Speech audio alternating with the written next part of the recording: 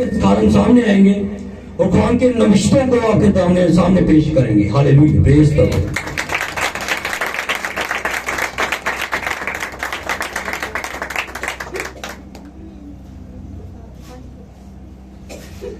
Hallelujah, praise Lord. बहुत बहुत शुक्रिया प्यारे भाई साहब, खुदा आपको बरकत बख्शे और सारी खिदमत के लिए जो आपने यहाँ पर मज़बा के ऊपर खुदा के लोगों की तैयारी के लिए की है। और यकीनन सब लोग, सब दिल जो है वो तैयार हुए होंगे ताकि अपने वक्त की ग़ज़ा को हासिल कर सकें। हम खुदा का इंतहाई शुक्र अदा करते हैं उसके बड़े फजल के लिए कि उसने हमें यहाँ पर जमा किया, क्योंकि अगर वो ना चाहता तो आज कभी भी हम यहाँ पर जमा नहीं हो सकते थे। ये उसका रहम है, उसका फजल है और हम उसके फजल के नीचे हैं, इसलिए उसने हमें यहाँ पर इकट्ठा किया है।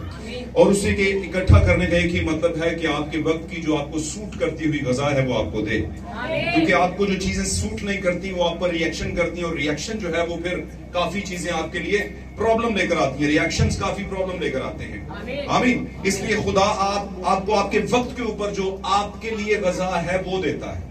आमीन। आपके टाइम की ग़ज़ा। आमीन। तो उसको लेते हैं और खुदा उनसे बरकत को हासिल करते हैं। आए मेरे अज़ीज़ों, आज की सुबह के अंदर खास तौर पर मेरी तरफ से, मेरे घराने की तरफ से भी आप सबको खुदा यीशु मसीह के फतेहमंद नाम में सलाम कबूल हो और मेरे अज़ीज़ों खुदावन आपको बरकत बख्शे। आए हम वक्त की आवाज यानी the voice of our age, हमारे जमाने की आवाज की तरफ बढ़ते हैं जो हमें इस जमाना में दुल्हन के तौर पर दुल्हा ने दी है। Hallelujah, hallelujah. और आप सभी चूंकि मसीही हैं, आप जानते हैं दुल्हा हम किसे कहते हैं। आमीन। खुदा यीशु मसीह हमारा रूहानी दुल्हा है। हालेलुया। आए हम देर के बगैर खुदा उनके कलाम की तरफ बढ़ते हैं। निकालिएगा मेरे साथ द बुक ऑफ रेवलेशन, मुकाशफा की किताब। बाइबलें अपनी साथ लेके आया करें और कुछ अगर हो सके तो कॉपी पेंसिल या पेपर भी साथ लाया करें ताकि जरूरी जो बातें हैं वो आप उनको लिख भी लें और ताकि आपके जहन में वो रह जाए, आपकी तैयारी हो सके। चैप्टर 5 निकालेंगे हम सबसे पहले। हालेलुया। चैप्टर 5 हम निकालेंगे जी। उसको पहली आयत से हम पढ़ना शुरू करेंगे और इसको जाके हम 6ठी आयत तक पढ़ेंगे जी। और जो तख्त पर बैठा था जी, मैंने उसके दाहिने हाथ में एक किताब देखी। और जो तख्त पर बैठा था मैंने उसके दाहिने हाथ में एक किताब देखी जो अंदर से और बाहर से लिखी हुई थी, जो अंदर और बाहर से लिखी हुई थी और उसे 7 मोहरें लगाकर बंद किया गया था। और उनको 7 सील्स के साथ, 7 मोहरों के साथ बंद किया गया था, सर्वमोहर किया गया था जी। फिर मैंने एक जोरावर फरिश्ता को बुलंद आवाज से ये मुनादी करते देखा। फिर मैंने एक जोरावर फरिश्ते को देखा बुलंद आवाज में मुनादी करते हुए कि कौन इस किताब को खोलने और उसकी मोहरें तोड़ने के नीचे उस किताब को खोलने या उस पर नजर करने के काबिल ना निकला। ये मुनादी तौबा की नहीं थी बल्कि आपकी लायक होने की, आपकी काबिलियत की कि आप में कोई ऐसा है माई का लाल जो इस किताब को खोलने और इस पर नजर करने के लायक हो। कोई है जी। कौन इस किताब को खोलने और इसकी मोहरें तोड़ने के लायक है। हाँ जी। और कोई शख्स आसमान पर या जमीन के नीचे उस किताब को खोलने या उस पर नजर करने के काबिल ना निकला। कोई उसको खोलने और उस पर नजर करने के लायक ना निकला जी। और मैं इस बात पर जार जार रोने लगा जी। कोई उस किताब को खोलने या उस पर नजर करने के लायक ना निकला जी। तब बुजुर्गों में से एक ने मुझसे कहा जी कि मत रो, मत रो। देख यहूदा के कबीला का वो बब्बर जो दाऊद की असल है, उस किताब और उसकी 7 मोहरों को खोलने के लिए गालिब आए। देख यहूदा के कबीले का वो बब्बर जो दाऊद की असल है, उस किताब और उसकी मोहरों को खोलने के लिए गालिब आया है जी। मैंने उस तख्त और 4 जानदारों और उन बुजुर्गों के बीच में गोया ज़बा किया हुआ एक बड़ा खड़ा देखा जी। पढ़ते हैं। उसके 7 सींग और 7 आंखें थी जी। ये खुदा की 7 रूहें हैं जो तमाम रूहें जमीन पर भेजी गई हैं। आमीन। खुदा उनके कलाम का पढ़ा जाना सुना जाना भाई से बरकत हो। 6ठे बाब में आ जाए, इसी के 6ठे बाब में नीचे की तरफ निकाल लिया और इसकी आयत नंबर हम पढ़ेंगे। Hallelujah, praise Lord. 5वीं आयत से 6 की 5 जी। और जब उसने तीसरी मोहर खोली, और जब उसने तीसरी मोहर खोली, तो मैंने तीसरे जानदार को ये कहते सुना कि आ। और मैंने निगाह की तो क्या देखता हूँ कि एक काला घोड़ा है और उसके सवार के हाथ में एक तराजू है। एक काला घोड़ा और उसके सवार के हाथ में एक तराजू है, कसवटी जी।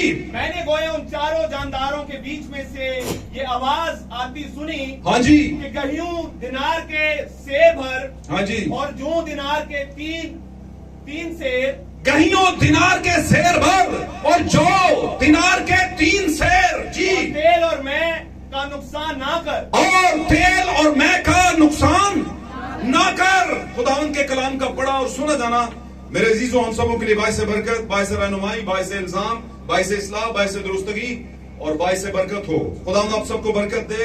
मेरे अजीजों आज इस कलाम के सादर होने के बाद अगर आपकी जिंदगी पर कोई भी मुश्किल है तो इस कलाम के बायस, इस कलाम के सुनाए जाने के बायस आपकी जिंदगी से वो हट जाए। God bless you. खुदावंद आपको बरकत दे। तशरीफ रखिए। खुदावंद आपके साथ हो। Praise God. हालेलुया। सब बोले हालेलुया।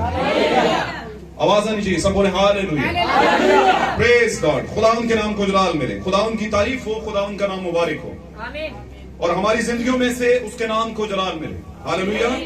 सब बोले हालेलुया। और आप याद रखिएगा, जब तक आप साथ नहीं रहेंगे, हाथ पकड़ के नहीं रखेंगे, आप पार नहीं लगेंगे। तो जब बोला जाता है बोले हालेलुया तो सब बोले, कोई भी खामोश ना। अपने बच्चों को बोले बेटा हालेलुया बोलो। यही तो प्रॉब्लम है हमारी सबसे बड़ी, कौमे मसीहत की सबसे शिकस्तगी की जो प्रॉब्लम है, टूट फूट की, पीछे रहने की प्रॉब्लम, वो खुद भी नहीं करते। और अगर कहीं पर खुद करना भी शुरू हो जाए तो बच्चों को कहने की हाजत नहीं करते कि बोल बेटा बोला करो हालेलुया। हालेलुया। Praise God. मसीहों की पहचान है क्या? हालेलुया। हालेलुया। ताइश और खुदावंद के नाम की। आज का हमारा मौजू बड़ा जबरदस्त है और यकीनन ये आपको भी अच्छा लगेगा और ये इससे आप बहुत सी बरकत पाएंगे। बाइबल में से हम देखें, अगर अंग्रेजी की बाइबल में, तो वहां से मैंने इस मौजू को उठाया है, इसमें से भी। लेकिन इंग्लिश का जरूर है कि कुछ जो टॉपिक को सुनना चाहते हैं उनको उसका भी मौजू पता होना चाहिए। तो आज का हमारा मौजू है तेल और मैं का नुकसान ना कर। Do not hurt the oil and the wine। Bible में ऐसे ही लिखा, Do not hurt the wine and oil and wine, यानी कि ऑयल और तेल और मैं का नुकसान। तो इस पर आज हम खुदावंद की तहरीक को देखेंगे, खुदावंद के मुकाशवा को सुनेंगे। हालेलुया। थोड़ा सा समझने वाला मैसेज है और आप अगर गिव अप नहीं करेंगे, थकेंगे नहीं, तो ये बात समझ आ जाएगी आपको। हालेलुया। यहां पर हमने 2 कॉन्टेक्स्ट पढ़े हैं। हम किताबे मुकाशवा के अंदर 5वें बाब से भी हमने पढ़ा, 5वें की 6ठी आयत और 3री मोहर के कुछ बयान पढ़े हमने। आपको पता है कितनी मोहरें हैं? 7 मोहरें। कितने जमानों में खुली हैं? 7 जमानों में खुली हैं। कितने जानदारों के सामने कितनी मोहरें खुली हैं? जी नहीं, 4 यहां पे काउंटी है। बाइबल पढ़ा करेंगे तो आपको सारी चीजें बिल्कुल फिंगर टिप्स के ऊपर याद रहेंगी। हालेलुया। और कुछ चीजें रखनी भी चाहिए। ये 4 जो जानदार हैं, ये 4 तरह की स्पिरिट्स हैं, 4 तरह की अनॉइंटीज। मैं अगर कहूं 4 तरह का ऑर्डेन होना है, अनॉइंट होना है, मसा, 4 तरह का मसा। आमीन। और इन 4 तरह के मसाज के सामने, 4 तरह की 4th टाइम अनॉइंटीज के सामने, अनटू देम, उनके सामने 4 तरह की बड़ी बड़ी ताकतें हैं जो मुखालिफ मसीह ताकतें हैं। यानी कि 4 घोड़े भी 4 हैं और 4 तरह की रूहें जिनको 4 जानदार कहा गया है। आमीन।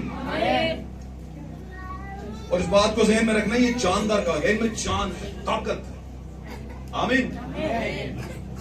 और इसी तरह कुल मिलाते हम आज 3री मोहर पे बात कर रहे हैं, क्योंकि हमारा जो मौजू है उसको 3री मोहर के अंदर खास तौर पर बयान किया गया। और वो हमारा मौजू क्या है? तेल और मैं का नुकसान। याद रखिएगा, जब आप मैट्रिक कर लेते हैं तो उसका मतलब यह नहीं होता कि आपको पहली जमात की कोई बात याद नहीं। Am I right? समझ रहे मेरी बात? जब आप मैट्रिक कर लेते हैं तो आप मैट्रिकुलेशन तो हो जाते हैं, मैट्रिक तो कर लिया आपने, 10वीं पास तो कर लिया, लेकिन इसका मतलब यह नहीं कि पिछली भूल गए सारी, पिछली भी याद होंगी। बल्कि आप दोस्तों से कहते हैं यार आपका जो 8वीं का 5वीं का व्हाटएवर कोई भी जो सिलेबस जिसका डिस्कस हो रहा हो, तो आप बोलते हैं कि भाई वो बदल गया या वही है, हमारे जमाने में तो ये होता था, उसमें ये सब्जेक्ट्स होते थे, मजमून हुआ करते थे। कहते हैं कि नहीं कहते? तो इसका मतलब क्या कि हमें 10वीं पास में भी रहना है और पिछली भी याद। तो इसका मतलब क्या? इसका मतलब क्या? इसका मतलब यह कि अगर आपने पहली मोहर खोली है, उसको जानते हैं, तो अपने जमाने के वक्त के अंदर जो मोहर खुली हुई है, चौथी मोहर के बाद का जमाना, हालेलुया, या मैं कहूंगा चौथी मोहर का जमाना, 7वीं मोहर का जमाना, और 7वें फरिश्ते का जमाना, और चौथे जानदार का जमाना। सॉरी टू से, मैं थोड़ा करेक्ट कर, आमीन। तो इसका मतलब चौथी मोहर तो हमारे जमाने में भी खुल चुकी हुई है, लेकिन हम आज तीसरी मोहर को पढ़ रहे हैं। तो इसका मतलब क्या कि हम चौथी में तो खड़े हैं 7वें जमाने के बीच में, लेकिन हमें तीसरी मोहर का भी ज्ञान पता होना चाहिए, क्योंकि वो चीजें साथ ही तो हैं। अगर हमने मैट्रिक किया तो पिछला भी कोई पूछेगा भाईजान कितों पढ़ के आए हो, किन्ने केड़े केड़े स्कूल चो, कुछ सर्टिफिकेट कुछ सनद वखाओ, है ना, होता है कि नहीं होता? इसलिए जरूर है कि हमें सातों जमानों की, सातों मोहरों, चारों जमानों के चार जानदारों के सामने जो आने वाले, ऑपोजिट आने वाले 4 जानदारों के सामने 4 तरह के मुखालफे मसीह की रूहें हैं, यानी 4 घोड़े, उनका भी पता होना चाहिए। ये मेरी बात थोड़ी लंबी करने का मकसद ये है कि हम तीसरी मोहर में क्यों डिस्कस कर रहे हैं, जबकि हम तो चौथी मोहर और 7वें जमाने के अंदर खड़े हैं। भाई डिस्कस इसलिए कर रहा हूं क्योंकि हमें पिछले पहाड़े भूल गए, है ना। बल्कि मैं ये कहूंगा कि हमें तो एक भी पहाड़ा याद नहीं, हमें तो पढ़ाया गया है सिर्फ मुकाशफा से पीछे पीछे, कभी मुकाशफा को टच नहीं किया।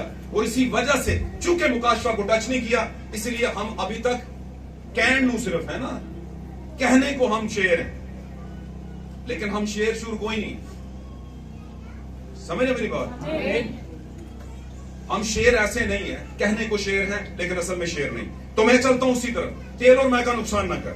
यहां पर आवाज में 6ठे बाब के अंदर खुदावंद एक जिक्र कर रहा है बड़ी खास बात का, एक किताब का जिक्र कर रहा है। आमीन। कह रहा है कि मैंने यूहन्ना को जब दिखाया गया तो यूहन्ना ने क्या देखा, उसने तख्त पर बैठे हुए के हाथ में, दाहिने हाथ में, और पिछली बार मैंने दाहिने हाथ की एक बरकत समझाई थी आप, खुदा के दाहिने हाथ के नीचे, और दाहिने हाथ की बरकत पैलोठे की तरफ बड़े होने का हक है। बेसिकली पैलोठे का मतलब ये, जो पहले नंबर पर आ जाए वो चाहे घट उम्र तो आए, वही बड़ा है, क्योंकि उसके पास हक डबल है। प्रॉब्लम ये है, ठीक है, प्रापा में छोटा ही होए, अगर चुक रहे उन्हें बेड़ा पूरे टब्बर था तो फिर वही बड़ा है। बात समझ आई है?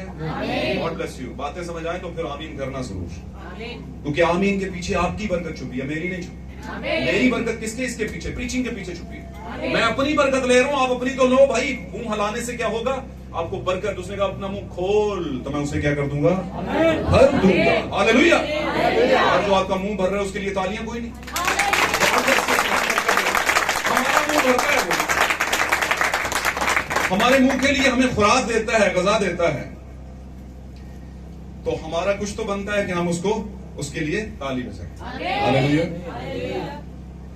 तो वहां पर हमने पढ़ा कि यूहन्ना जार जार रोने लगा है कि दाहिने हाथ में जो किताब है वो 7 सील्ड बुक है, 7 मोहरों वाली किताब। आमीन। जिस किताब के अंदर 7 हिस्से हैं। आमीन। और हर एक हिस्से को खुदावंद ने लिखकर मोहर बंद कर दिया, मोहर बंद कर दिया, मोहर बंद कर दी।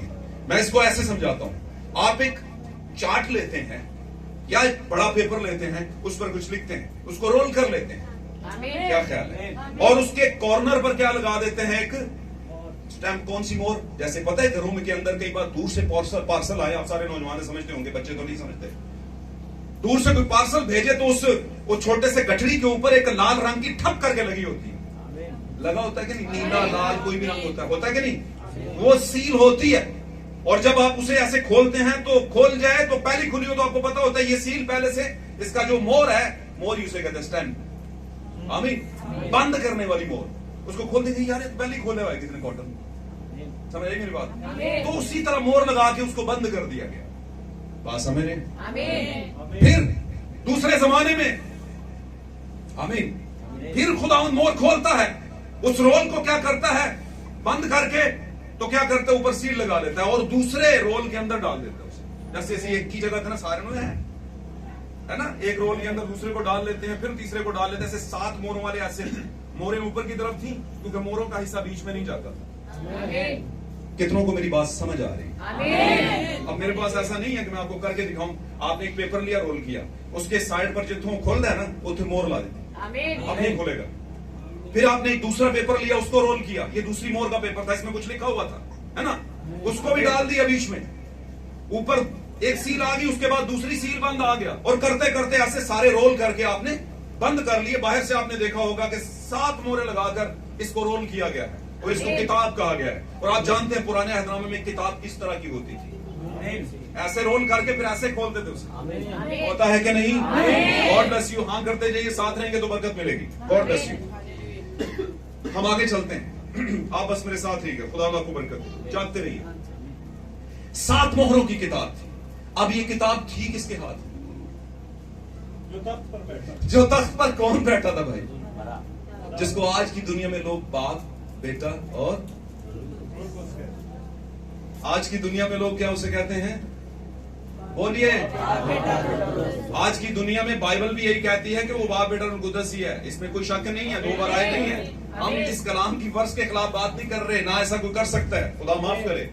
पर मसबे पर से हमेशा आपके लिए सिर्फ आयत नहीं आती, उस आयत का रेवलेशन आता है। वो आयत ही नहीं आती, उस आयत का जवाब आता है। वो आयत नहीं आती, उस बात का, उसका मुकाशवा, उस छिलके के पीछे जो फ्रूट है वो क्या है, फिर पता चलता है कि यार खट्टा है, मीठा है ना, तीखा है, कैसा है और कौन सा है।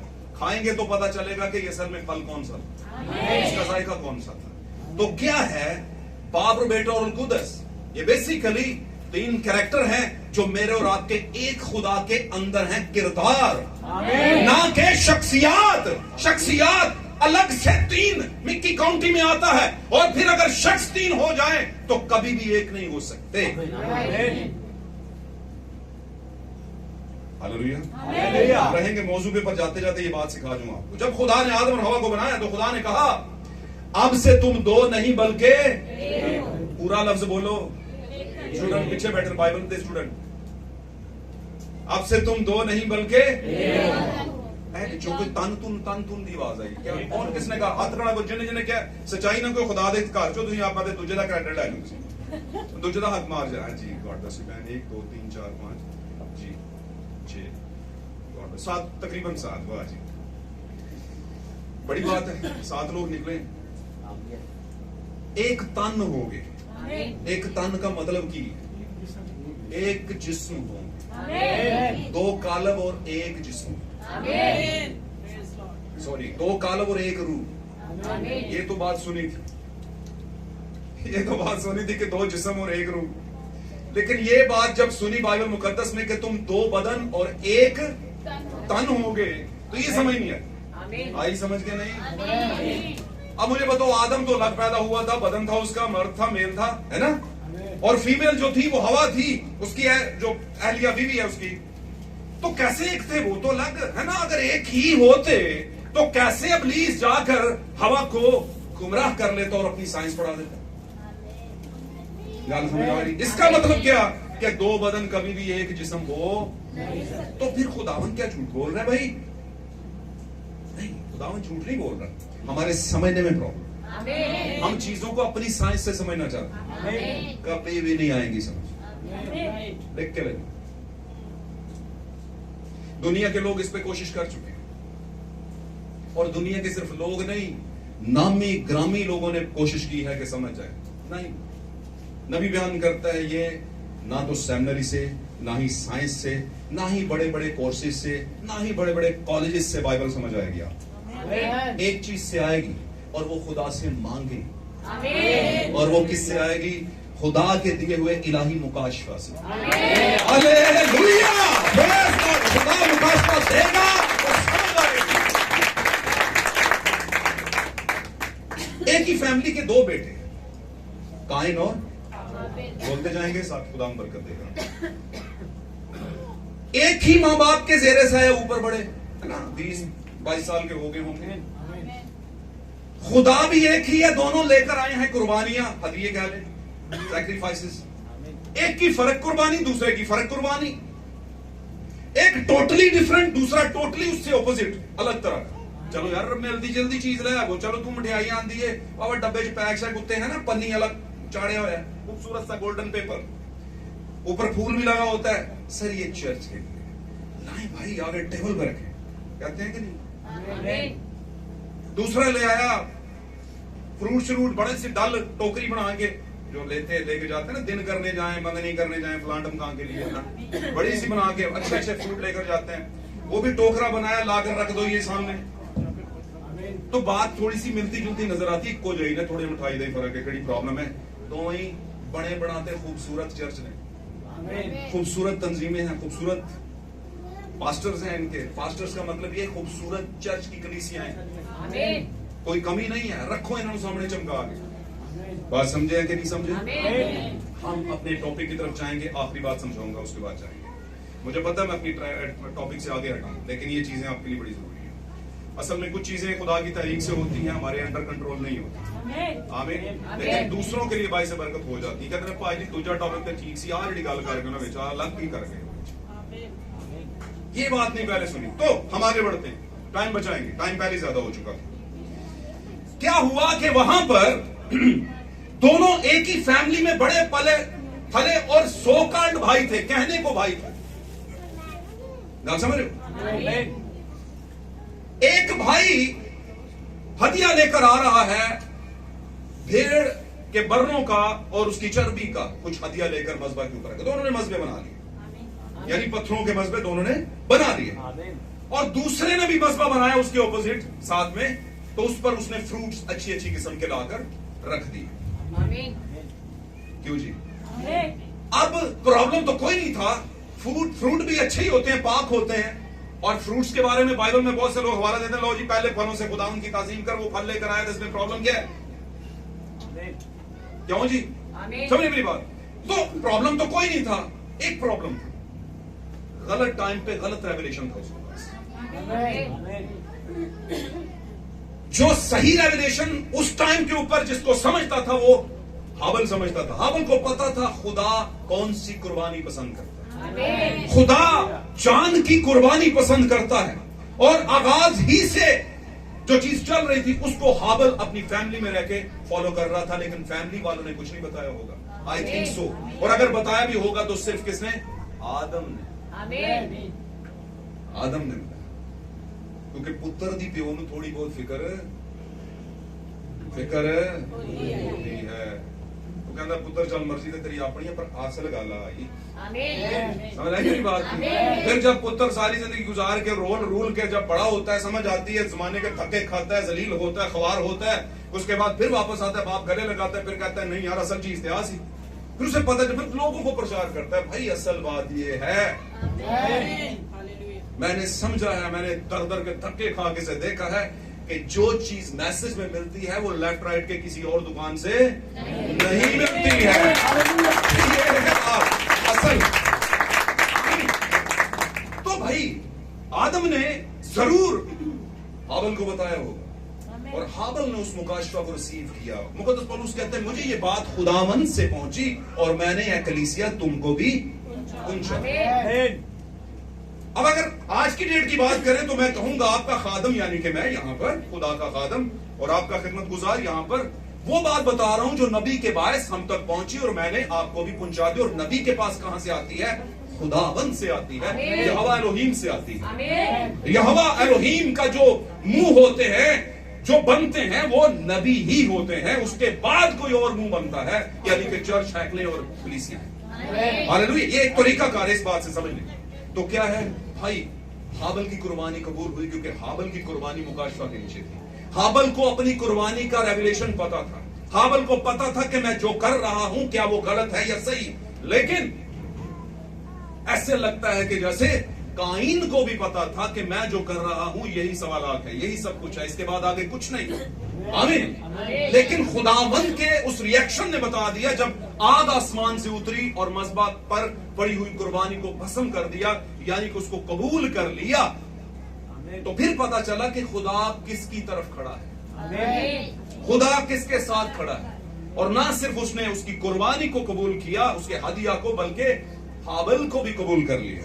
आसान लफ्ज़। तो अगर आपकी कुर्बानियां कबूल हैं तो आप कबूल हैं। आमीन। आप कहते नहीं मैं कबूल ना तो मेरी कुर्बानी कबूल है। नहीं नहीं, गलत जगह से शुरू किया आपने। आपका शुरू करने का तरीका ही गलत है, क्योंकि आप भी अगर स्टैंड बाई हैं, आप भी अगर जिंदा हैं, आप भी अगर अब तक मैसेज में हैं, तो on the behalf of the time revelation है, वक्त के मुकाशवा के बिहाफ पर आप यहां पर खड़े हैं, बैठे हैं। आप अपनी किसी समझ और साइंस से नहीं बैठे हुए। और मैं अक्सर कहता हूं कि यह मामला चॉइस का नहीं है, चांस का मामला। खुदा ने आपको चांस दिया है और आपने चेस कर लिया है, किसी दोस्त के जरिए से, किसी भाई बहन के जरिए से, है ना, अपने काम के रास्ते जाते जाते ऐसे मैसेज चल रहा था, सुन लिया, आपने कहा यार दिस इज इट, यही। आमीन। वही टाइम था आपने मुकाशवा अचीव कर। किसी और ने नहीं किया, लेकिन आपने क्यों किया? और भी तो पीसीओ जा रहे थे गरीबी से, और भी तो जा रहे थे बहुत से, आप क्यों आए यहां पर? कुछ तो था खुदा को आपके बारे में सोचा हुआ था, खुदा ने प्लान में थे, आप खुदा का बीज थे, वंश थे उसका, और उसने आपको लेकर आया उस पॉइंट की जगह पर जहां पर आपके लिए खुराक रखी हुई है। हालेलुया। इनके पास रेवलेशन था। बहसों से, कॉलेजेस से, सेमिनरी से कभी भी आप रेवलेशन को अचीव नहीं कर सकते, नेवर एवर। आमीन। कभी नहीं कर सकते। पर ऐसा सोचिए भी मत, आप कर सकते हैं। आप अपने जमाने के मुकाशफा को हासिल करके फिर से हासिल कर सकते। बोलेंगे वो कैसे आएगा? वो खुदावंद आपको देगा। आपको देगा का क्या मतलब? आपको देगा का क्या मतलब? अगर आज ही शहर में से सारे जनरल स्टोर, सारे किराना स्टोर, सारी चीजें बंद हो जाएं, तो 2 दिन के अंदर अंदर आधे से ज्यादा दुनिया मर जाएगी। सही कह रहे हो? तो अगर आपके जमाने में किराना स्टोर खुल जाए तो आपको थोड़ा सा तो है ना चल के जाना ही पड़ेगा। जब जाएंगे तो फिर मिल जाएगा। आपकी जेब में लाखों क्यों नहीं, वो किसी काम के नहीं, जब तक आपकी चीज नहीं लेके दे सकते। आपके पैसों से आपकी चीज नहीं मिल रही, और वो कहां से मिलेगी? उस स्टोर से मिलेगी जहां पर आपको चाहिए, यहां से मुझे वो चीज मिले। आमीन। और रेवलेशन कहां से मिलेगा? खुदा से मांगेंगे, वो किसी शख्स के जरिए आपके पास ले आएगा। वो दुकान चल के आएगी आपके पास, या कहीं ना कहीं आप चले जाएंगे उस जनरल स्टोर के पास। आमीन।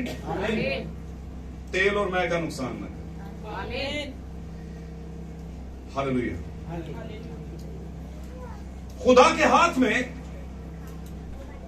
7 मोहरों वाली किताब है, उसके दाहिने हाथ में, और कोई उसको खोलने के लायक नहीं। उसने कहा ना जमीन के ऊपर, ना आसमान के ऊपर कोई इस काबिल नहीं था, कोई निकला ही नहीं इस काबिल।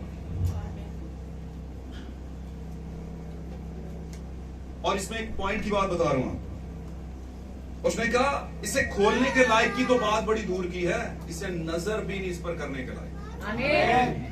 और ये किताब कौन सी है भाई? गौर से सुने। कौन सी किताब? मैंने कहा उसके दाने हाथ में है, 7 मोहरों की किताब। ये वो किताब है, और ये 7 मोहरों की किताब मखलसी की किताब है। मखलसी का मतलब द बुक ऑफ रिडेम्पशन, मखलसी की किताब। आमीन। इसमें सुपर नेचुरल लोगों के लिए सुपर नेचुरल जो है प्लान लिखे हुए हैं, और वो क्या है? भेद है आपके लिए। ये कहां पर है? बंद है। और किसके हाथ में है? खुदा के हाथ, जो तख्त पर बैठा हुआ है। कोई इसके काबिल नहीं है। आमीन। यूहन्ना कहता है, यूहन्ना दुल्हन की तमसील है बेसिकली। यूहन्ना कहता है मैं रोने लगा क्योंकि कोई इस काबिल ना था, और मैं जार रोने लगा। क्या पड़ गई थी उसे जार रोने की? क्या प्रॉब्लम आ गई थी उसके लिए? क्योंकि अगर वो बुक नहीं खुलती तो सारी कुर्बानियां, सारा कुछ जो था वो बेकार चला जाता। माजी के जितने मुकद्दसीन मर चुके थे यीशु मसीह के लिए, आमीन, हमेशा की बादशाहत का जिनको दर्श दिया गया था, वो सब मरे हुए थे। जा चुके हुए थे। हालेलुया। और अगर ये किताब नहीं खुलती तो फिर उनका छुटकारा और उनके लिए 1000 साल बादशाह का बंदोबस्त कैसे होता। Hallelujah, hallelujah. वो रोने लगा कि मखलसी की ये किताब अगर बंद रही तो हालात कैसे ठीक होंगे, कैसे हमारी निजात का हमें पता चलेगा। आमीन। कैसे हम पर वेरीफाइड होगा कि हम बचाए हुए हैं। फिर एक बुजुर्गों में से, कौन से बुजुर्ग थे ये? 24 बुजुर्गों में से एक बुजुर्ग आया। हालेलुया। उसने कहा मत रो, क्योंकि यहूदा के कबीले का बब्बर जो है, जो यहूदा की असल है, वो क्या आया है? एक ही बंदे को पता है गालिब आया। क्या आया है? सबको पता है गालिब आया है। सब बोला करें, सब बोला करें, गॉड ब्लेस यू। क्योंकि यहूदा के कबीले का जो असल है, यानी कि यस्सु जो है, वो बब्बर गालिब आया है। अंग्रेजी में कहते हैं लॉयन ऑफ जोधा, यहूदा के कबीले का बब्बर, शेर, वो गालिब आया है। ये कौन है यहूदा के कबीले का बब्बर? कौन? जो कि हमारा क्या है? हमारा बोले दुल्हा है।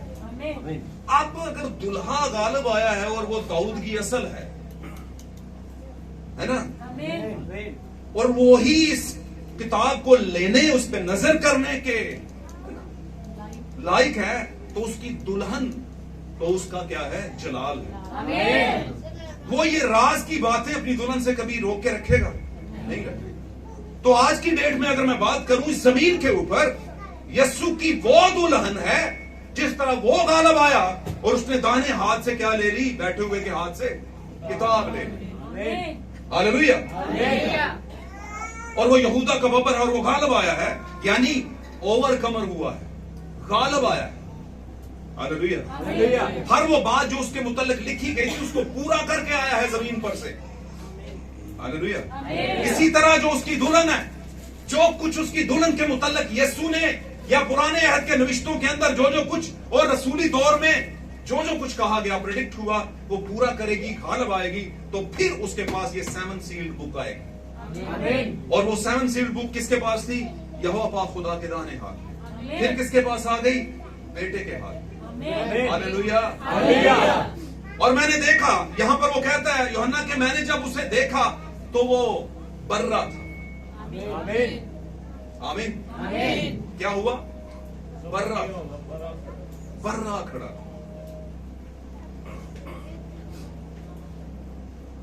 वो बर्रा खड़ा था और वो गालिब आया था।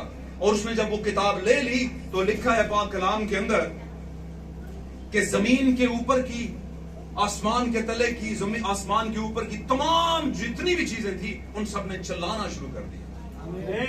जलाल और बादशाही और हुकूमत हमारे खुदावंद की हो, क्योंकि उसने हमें जमीन पर, क्योंकि उसने हमें जमीन पर बादशाह और काहिन बना दिया। और ये कब बना दिया है?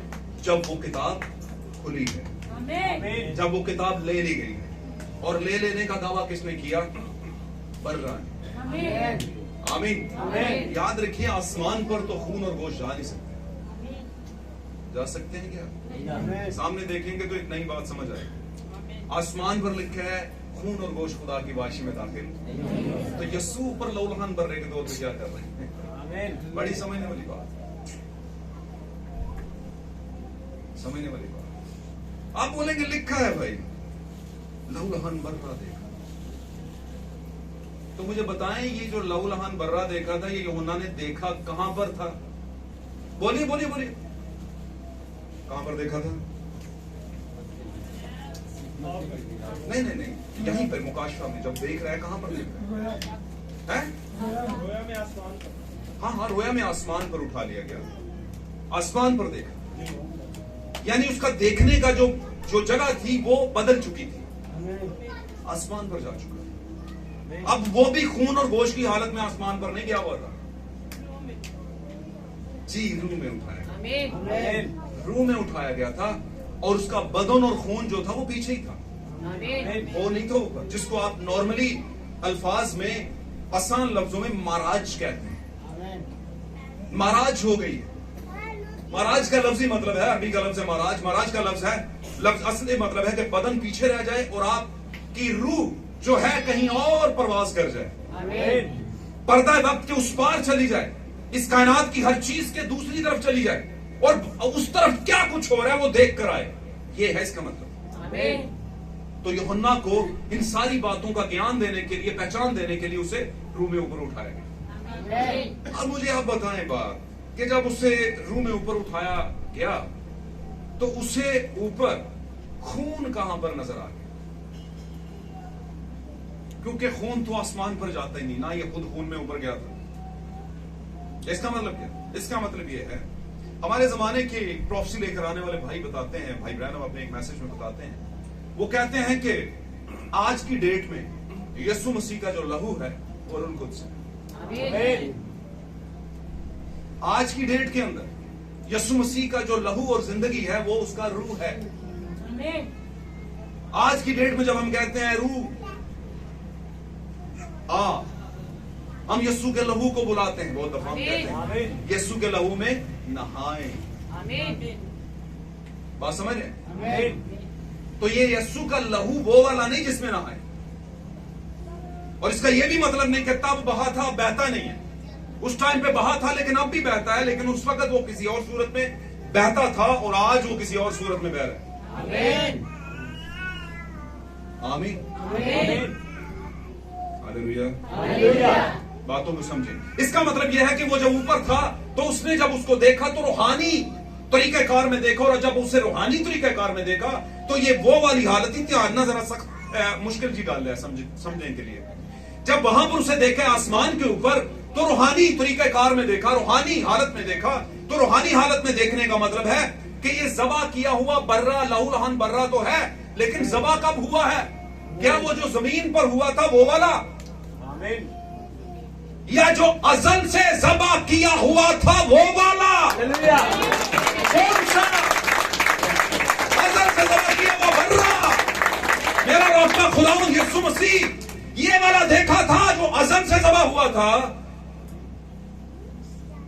या कुछ साल पहले, कुछ महीने पहले, है ना, यूहन्ना तक यीशु के आसमान पर उठाए जाने के चंद सालों बाद यूहन्ना पितमस के जजीरे में और वहां से आसमान पर रोया की हालत में, है ना, उठाया गया है, रप्चर दिया गया। तो कितने साल गुजरे होंगे? कुछ साल पहले जो बाहर जमीन पर था वो वाला, हाँ वही वाला, पर किस हालत में? रूह की हालत में। सारा स्केच वही है लेकिन रूह की हालत में नजर आ रहा है। हालेलुया। बात को समझे। अब बोलेंगे असल से कौन ज़बा हो गया? इसका मतलब दो बार ज़बा हुआ। ओ स्टूडेंट हो, हमारे नौजवानों, आप लीडर हो आने वाले वक्त के, पता नहीं है वो कि नहीं, मैंने नहीं समझा। समझोगे तो फिर बात बनेगी। पाक कलाम में लिखा नविश्तों के अंदर, जब मैं नविश्तों की बात करता हूं तो इसका मतलब यह है पाक कलाम की मुख्तलिफ जगहों के अंदर, मुख्तलिफ आयात के अंदर, कॉन्टेक्स्ट के अंदर, है ना, लिखा आपने सुना होगा, पढ़ा होगा, किसी पादरी, किसी बहन भाई के मुंह से, किसी रूहानी भाई के मुंह से, किसी भी लीडर के मुंह से सुना होगा, यीशु मसीह अज़ल से ज़बा किया हुआ क्या है? अज़ल का क्या मतलब हुआ?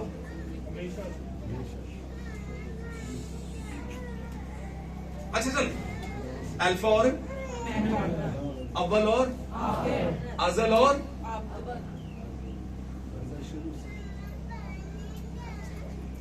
अल्फा और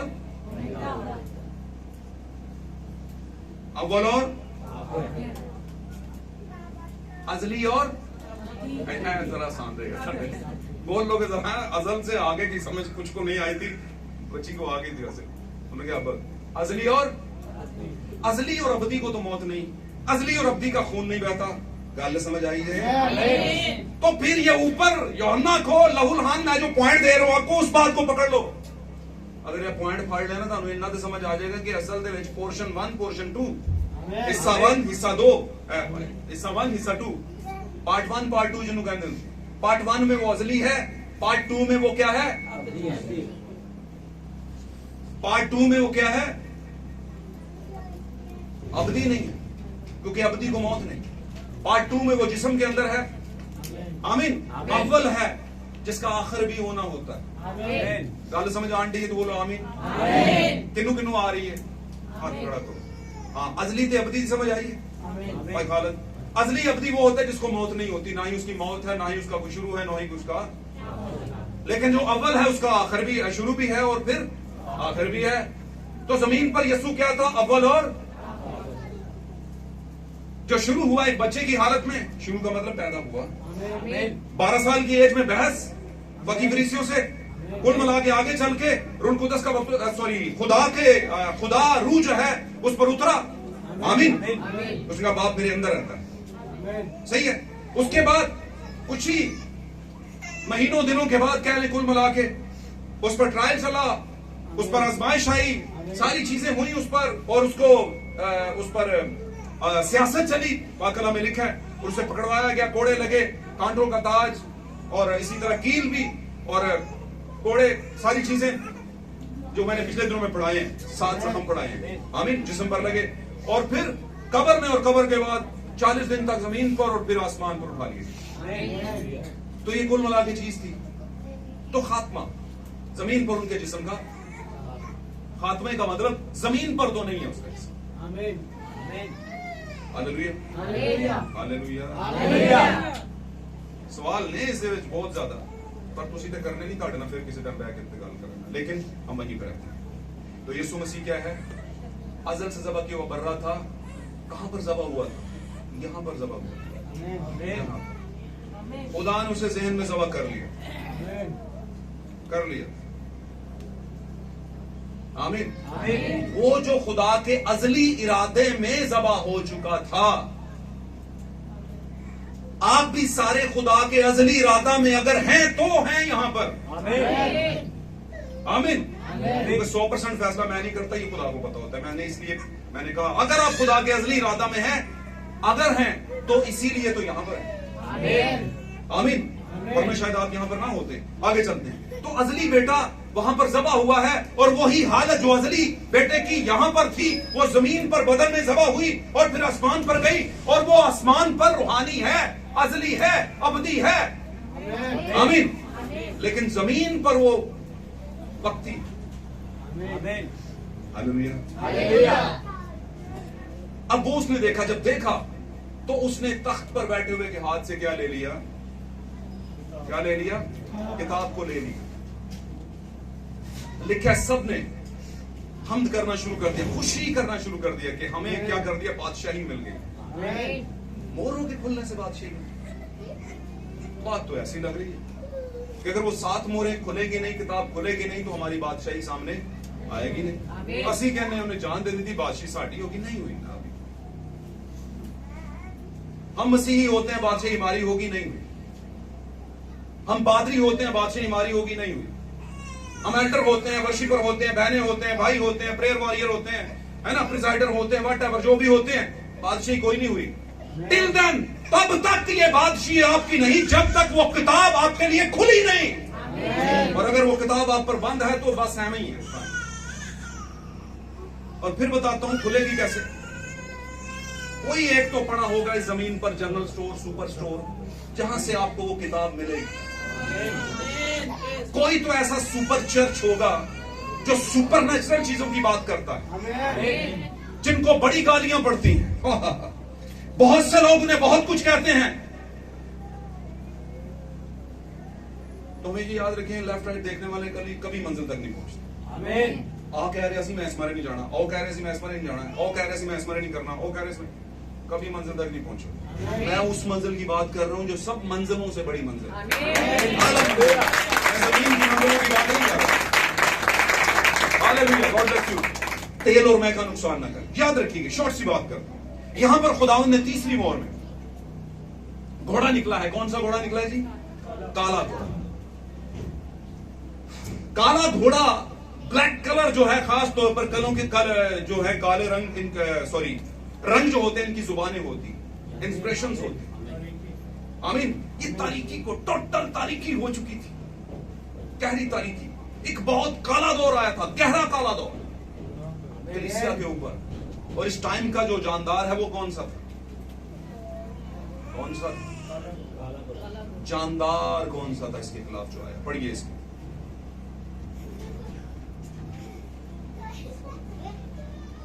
जी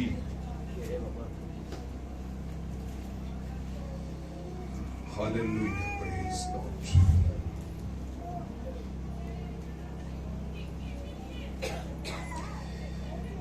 और जब उसने तीसरी मोहर खोली तो मैंने तीसरे जानदार को ये कहते हुए सुना कि आ, और मैंने निगाह की तो क्या देखता हूं, एक काला घोड़ा और उसके सवार के हाथ में एक तराजू है। गोया और मैंने गोया उन चारों जानदारों के बीच में से, अच्छा इसमें एक खास बात, 4 जानदारों के बीच में से कोई बोल रहे हैं। पहले जो जानदार हैं, जितने भी 4 ये गुजरेंगे, 4 जानदार, 4 घोड़े जो हैं वो खालिफ मसीह की अरवाह हैं बेसिकली, जो खुदा उनके खिलाफ काम कर रही थी जमीन पर, कलीसिया के अंदर, कलीसिया के खिलाफ। और ये 4 जानदार जो हैं, ये 4 तरह के रुए हैं। और यहां पर लिखा है कि जानदारों के बीच में से, चारों जानदारों के बीच में से आवाज आई है। ये खास आवाज थी और किस बात के लिए आई थी?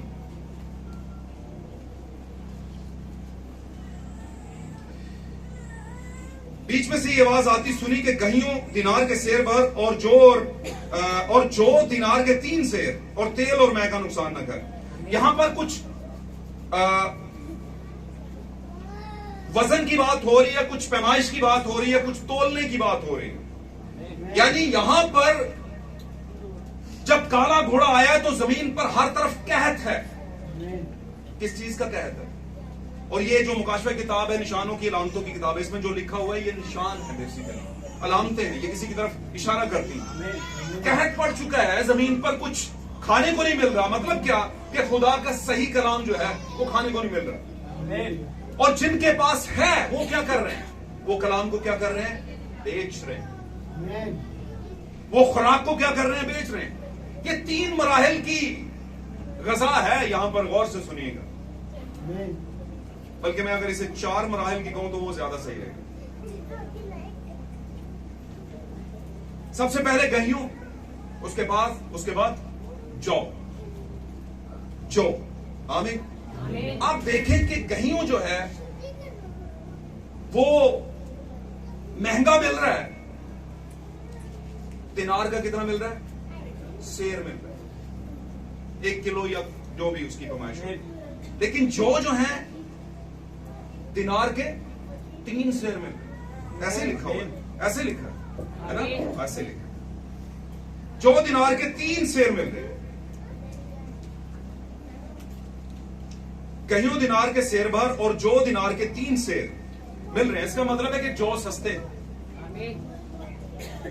की ख्याल है, और कहियों जो है वो कॉस्ट में। कहियों की अगर मैं सादी सी डेफिनेशन करूं तो कहियों बेसिकली खुदा का जन्मन किस्म का कलाम, जनमली, जिसको आप जनमनली कहते हैं, ओरिजिनल चीज है ना, खालिस्तन गंदम, जिसका आटा हर कोई खाना पसंद करता हो, ताकत से भरा हो। वो क्या है? 1 सेर मिलेगी, 1 दिनार। बात समझ रहे हैं? दिनार मतलब पैसे। और दूसरे दिनार के 3 सेर मिलेंगे, 1 दिनार के 3 सेर। वो ज्यादा ले लो। इन दोनों की अगर आप तासीर निकालें तो गंदम गर्म होती है, कहियों क्या होता है, और जौ क्या होते हैं। तो खुदा क्या ठंडी कलीसिया को पसंद करता है या जोश और जज्बे वाली? इसलिए जो जोश दिलाने वाली चीज है, जो ताकत देने वाली चीज है, वो 1 सेर ही मिल रही है। लेकिन जो ठंडे एसी माहौल वाले है ना, खाना पसंद करते हैं, वो 3 सेर मिल रही है। इजी रहो, इजी कलाम सुनाओ, इजी बात करो, इजी माहौल में रखो, लोगों को टाइट ना करो, लोगों को दुखी ना करो, लोगों को सख्त तालीम ना दो। इसका मतलब क्या? लोगों को गंदम ना दो, लोगों को गहियों ना दो, लोगों को ताकत वाली चीज ना दो, लोगों को उसका फ्यूचर ना बताओ कि आज ना सही हो तो कल डुबे पे हो। तुसी पक्का लिख के ले लो 202%। खानदानों को रहने दो ख्वाबे खरगोश में। बात समझ रहे हैं? ये ना दो, ये सिर्फ 1 सेर ही बहुत है। समझियो कि नहीं समझ? हाँ, जो है वो सही रखते हैं, कूल रखते हैं, ठंडा रखते हैं, ऐसे करते हैं, वो करते हैं, जो सत्तू बनाओ। समझा ना? ऐसी तालीम दो जो मजा देती है, ऐसे गीत गाओ जो सब गाते हैं। रेवलेशन वाले गीत मत गाना। रेवलेशन वाले गीत कुछ लगता नहीं गीत, लगता नहीं पर होते वही है। गीत लगते नहीं है वो। यीशु भी लगता नहीं था नबी। गल समझो। पर ना दुनिया के शुरू से और ना कभी आखिर में यीशु जैसा कोई होगा, ये भी होगा। तो लगने से कोई बात नहीं बनती, लगे या ना लगे, होना जरूरी। अब हो क्या, प्रॉब्लम यहां पर है। आमीन। तो जो 3 सिर मिलेंगे, चाहे जिधर मर्जी जो ही जो मिलेंगे आप, लेकिन जहां पे गंधम मिलेगी, गहियों मिलेगी, सही वाला अनाज मिलेगा, सही डाइट मिलेगी, सही खुराक मिलेगी, वहां फिर उसको छिपाना पड़ेगा। वहां फिर हाथ खुलेंगे, वहां पर ताकत आएगी, जोश आएगा, गर्मजोशी आएगी। और पाक कलाम में यीशु मसीह ने पहले ही कह दिया होगा, उसने कहा या तू सर्द हो जाए या गहियों वाला हो जाए या जौ वाला हो। आमीन। ओके, ये 2 हैं। और ये हमारे जमाने में ऐसी तालीमात हैं, ऐसी डाइट्स हैं जो लोग ले रहे हैं, लेकिन बेची जाए। साथ में ये भी है, बेची जाए। कहियों भी, असली तालीम भी लोग बेच रहे हैं। आमीन। और डिनोमिनेशनल तालीम भी लोग बेच रहे हैं। लेकिन इन सब में खास स्टेप 3 और 4 का जो खिंचाव है। आमीन। स्टेप 3 और 4 में क्या आ रहा है? तेल और मैं। मुझे बताएं, तेल और मैं की कीमत नहीं सेट की गई। समझ आई गल नहीं? जो की भी कीमत है, जौ पंजाबी जैसी कहते हैं, समझ लो गल। आमीन। जौ की भी कीमत है इतने रुपए के इतने किलो, है ना? कणक की भी कीमत है इतने रुपए की इतनी गंदम किलो। लेकिन तेल और मैं की कीमत नहीं पाक कलाम में ठहराई गई। बस ये कहा जाए इसका नुकसान ना करिए। अब आया क्लाइमैक्स स्टोरी का। क्लाइमैक्स क्यों कहने वाला? एंड से पहले भाई ब्रानम कहते हैं, बात बड़ी ब्लंट है, बात सीधी सी है। उसने कहा जब बच्चा दुनिया में आने वाला होता है तो दुनिया की कोई ताकत उसे आने से रोक नहीं सकती। वो आके रहता है, वो जिस हालत में भी आएगा दुनिया में जरूर, लेकिन उससे पहले तकलीफें, दर्द-ए-ज़ार, है ना? क्लाइमैक्स में जब जहाज फ्लाई करता है तब होता है, लोग कहते हो पता नहीं क्यों। और जब उतरता है, जमीन को स्पर्श करता है, छूता है, तब भी कुछ होता है कि नहीं? दरमियान बड़ा स्मूथ होता है। हालेलुया। तो मेरे अजीजों, इससे पहले कि आप जमीन को छोड़ेंगे, थोड़े से झटके तो लगेंगे। हालेलुया। आमीन। तो तेल और मैं का नुकसान ना कर, कीमत नहीं ठहराई, क्योंकि ये अनमोल है। अब तेल और मैं किसकी सिंबल है? जैसे जो और कहियों सिंबल था। गौर से सुनिए बात। पाक कलाम में तेल एक बड़ी हैसियत का हामिल रहा है। नबियों को, बादशाहों को, जगहों को, प्लेसेस को, डिफरेंट प्लेसेस बाइबल मुकद्दस में आप देखें। बाइबल के जो स्टूडेंट हैं वो पढ़ा करें, जो नहीं हैं तो वो बन जाए स्टूडेंट, बाइबल के तालिब इल्म बन जाए। आमीन। तो तेल से क्या किया गया? बादशाहों को, काहिनों को, जगहों को मसा किया गया। फिर तेल की अगर बात करें तो तेल, पाक तेल को मस्बा के ऊपर भी उड़ेला जाता। फिर पाक तेल के जरिया से 7 कैंडल स्टिक जो, आमीन, वहां पर खुदावंद के घर में उसकी हैकल में रखी हुई थी, उनको जलाया जाता था, जिनके नीचे एक बॉल होता था, जिसको आप कटोरा कहते हैं, जिसमें से तेल की ड्यूटें तेल लेकर ऊपर जाकर कैंडल स्टिक जलती थी, जिसको 7 चिरागदान कहते हैं। हालेलुया। जो 7 कलीसिया जमानों की रोशनी है, 7 जमानों में एक ही तरह से, एक ही जगह के तेल से। तो तेल जो है ये रूल कुद्स की अलामत है। सादे लफ्ज़ में तेल किसकी अलामत है? अब उसने कहा रूल कुद्स का नुकसान कैसे होगा? नुकसान कदा नुकसान है। रूल कुद्स आ गया थे अंदर ते होते यीशु मेरे दिल दे अंदर मैं मोमन मस्त कलंदर कहते हैं ना, यीशु मेरे दिल दे अंदर मैं मोमन। तो कलंदरों का ओके। हम वहीं पर हैं। तो ऐसे कहने से यसू मेरे दिल के अंदर थोड़ी, यसू मेरे दिल के अंदर होए तो फिर यसू लभेगा, कहते इसी के अंदर है वो।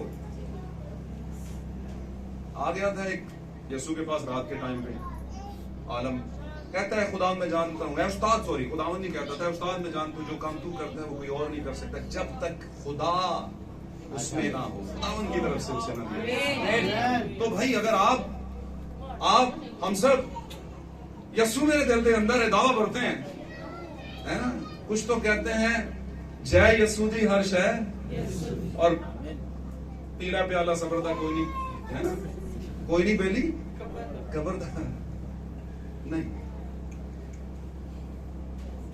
हर्ष है यसू दी है पक्का सानू, पर वो हर्ष है यसू दी क्यों है वो ਤੁਹਾਨੂੰ ਦੱਸਣਾ ਚਾਹੁੰਦਾ ਹੈ ਕਿ ਸ਼ੈਵਾਂ ਸਾਰੀਆਂ ਰੱਖੀਆਂ ਨੇ, ਮੈਂ ਨੇਕੀ ਬਦੀ ਦਾ ਦਰਖਤ ਵੀ ਮੈਂ ਹੀ ਲਾਇਆ ਹੈ, ਦੂਜਾ ਵੀ ਮੈਂ ਹੀ ਲਾਇਆ ਹੈ ਨਾ, ਪਰ ਤੁਸੀਂ ਇਹਦੇ ਕੋਲ ਨਹੀਂ ਜਾਣਾ, ਐ ਸਮਾਰਿਆਂ ਲਾਇਆ है।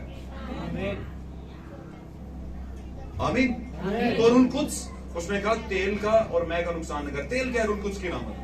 कोई भी रूल कुद्स के बगैर मसा नहीं होता था, और जो मसा नहीं होता था वो खुदा का नहीं होता था।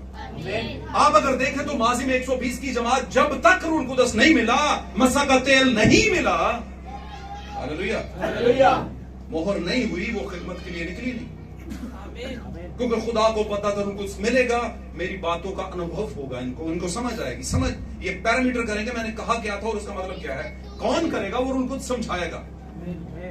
हालेलुया। तो रूल कुद्स को अगर मैं दूसरे लफ्जों में कहूं तो कद्दूस का रूह है। तो हमारा कद्दूस जो है इसको इब्रानी जुबान में कादेश भी कहा गया है। आमीन। 5 जगहों पे कादोश कहा गया है, और उर्दू की रस्मुल खत के अंदर इसे कद्दूस कहा गया है। आमीन। और कादिश कदूस और कादेश, कद्दूस और कादोश इसका मतलब है पाक। आमीन। और यसू पाक है, यसू ही कदूस है। हालेलुया। और कदूस का रूह यानी वो काम, वो बातें, वो एक्शन जो यसू में थे, सॉरी वो क्या हुए, उसकी दुल्हन पर आए, मोहर हुई उसकी दुल्हन 120 की कलीसिया। आमीन। फिर क्या हो गया, उसके बाद उन्होंने काम शुरू किया। तो इसका मतलब है रूह कुद्स तेल जो है वो बड़ा जरूरी है, और जिन लोगों को ये रूह कुद्स एक बार छूता है, मिलता है, उन्हें इसका नुकसान नहीं करना चाहिए। हो सकता है आपको रूह कुद्स की एक नेमत मिली हो, मौजज़ात की नेमत, शिफा की नेमत, आमीन, गैर जुबानों की नेमत, और भी बहुत सी नेमतें जो बाइबल मुकद्दस में दर्ज है। आप ले तो ले सही वाली नेमत, और उसका इस्तेमाल करें लोगों की तबाही के लिए। आपके पास निशान तो है, लेकिन अगली बात आपने तबाही वाली शुरू कर दी, तो इसका मतलब क्या, आप रूह कुद्स का नुकसान कर रहे हैं। बाइबल मुकद्दस में इसीलिए किया, go not hurt oil and the wine, not hurt. मेरी बात समझ रहे हैं? नुकसान ना कर, इसकी कीमत भी कोई नहीं, इसका ना करिए नुकसान। तो आप समझ रहे हो? कुछ भी कर ले, मैं यहां तक कहता हूं, भाई कहते हैं, भाई इब्राहिम कहते हैं कि आपने एंड टाइम मैसेज की पूरी, एंड टाइम मैसेज का मतलब आखिरी जमाने की तालीम के जितने मुकाशमत ले लिए, लेकिन रूह कुद्स आपके पास नहीं, कुछ नहीं बनेगा। आपका रैप्चर रूह कुद्स के पीछे छुपा है। जिस रूह कुद्स ने ये सब कुछ समझाया आपको, उसको आपने अंदर आने नहीं दिया। उससे ले तो बहुत कुछ लिया, लेकिन भाई जी बाहर ही जाकर तो कहते तुझे ठीक हो सारा कुछ, पर नहीं जाना सी अपने बात ही समझिएगा। तो इसका मतलब है हासिल तो कर लिया, लेकिन अंदर नहीं आने दिया, इसलिए नुकसान कर दिया। आगे चलते हैं, शॉर्ट बात करते हैं। तो यह है रूह कुद्स, उसने कहा इसका नुकसान ना कर। पाक कलाम के अंदर आपने देखा होगा 12 शागिर्दों को जब इख्तियार दिया गया, और इख्तियार देने वाला यीशु मसीह था। हालेलुया। और वो इख्तियार क्या है? रूह कुद्स, पाक रूह का इख्तियार। इसका मतलब ये नहीं कि उसने सिर्फ 120 की जमात को इख्तियार दिया कि जाओ आप, नहीं, उसने जब 70 को चुन के बीच में डाल लिया और 82 बना दिए शागिर्द, 12 पहले थे 70 बाद में, 82 बना दिए, तो उनको इख्तियार दिया, वहां पर भी भेजा उसने। लेकिन वो भेजे हुए सिर्फ एक चीज पर ध्यान रखते थे, और वो कौन सी थी? ऐ खुदावन, बदरूहें हमारा कहां मानती, बस इतना मौजूद हम करते हैं, हम जो कहते हैं वो हो जाता है। भाईजान इसमारिया होता है क्योंकि आपने रूह कुद्स को हासिल किया, अंदर नहीं आता। लेकिन एक और था, रब दी करेगी इबादत एक पीढ़ी यह हो जाई आवेगी। वो कौन थी? 120 की जमात। Hallelujah, praise God. खुदावंद के नाम को बुलाओ मेरे। 120 की जमात को रोका गया, बोला जब तक तुम आसमान से आलम बाला से कुव्वत का लिबास हासिल न कर लो, यरूशलेम से बाहर मत जाना। आमीन। खिदमत मत शुरू करना। और वो वेट कर रहे थे। अच्छा मुझे बताओ, उसने कहा था 50वें दिन मिलेगा, और 20 दिन बाद, 10 दिन बाद, टारगेट ही नहीं दिया होगा। लेकिन 10 जब ये रूह कुद्स की बरकत का टारगेट नहीं दिया तो कितनी मुश्किल होगी। बीच में कहते होंगे, मेरा ख्याल है 20 दिन हो गए ना सानू ते रूह कुद्स मेरा ख्याल है आ गया होगा। 3 का मेरा ख्याल है जड़ा सी बाबा दुआ बड़ी अच्छी कर रहे हैं ना, कीट ते साडे तो बड़े कौन गा सकता है।